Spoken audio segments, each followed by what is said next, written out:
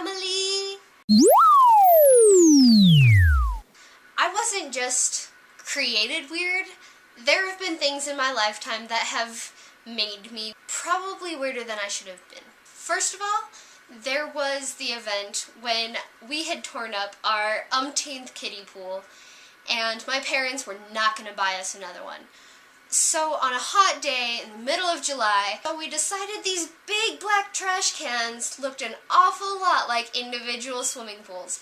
So we took the hose, rinsed them out, filled them with water, and then just started playing in these trash cans full of water.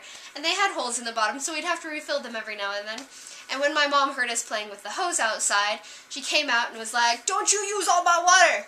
And she comes out to us just hanging out in these giant trash cans and freaks out a little bit. She had thought that we had just filled these trash cans with water with trash still in them. I had some of the best friends a person could ever have. We knew we were outcasts, so we just sort of embraced it and did whatever we want. One day my friend's parents had a house being built for them, but they were living in the house further down the hill in the meantime. Well, we wanted to stay in the house up on the hill with nothing in it. And there were just giant piles of wood and styrofoam and other building materials, and we decided our best option would be to try and pile as much of this stuff on our heads. We just look like human helicopters trying to outbalance each other. That's what all the cool kids do at slumber parties. The house that I'd lived in my entire life had these panels all around. Every single room in this house had these panels, and it was meant to look like strips of wood. But instead, it just looks like creepy alien heads. I was terrified to go to sleep for a good few years.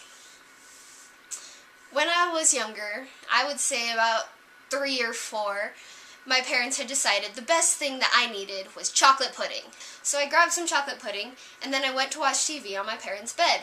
Well, I sort of got pudding all over my parents' bed. And they came in and yelled at me. And I didn't make the connection that they were yelling at me for putting chocolate pudding on their bed.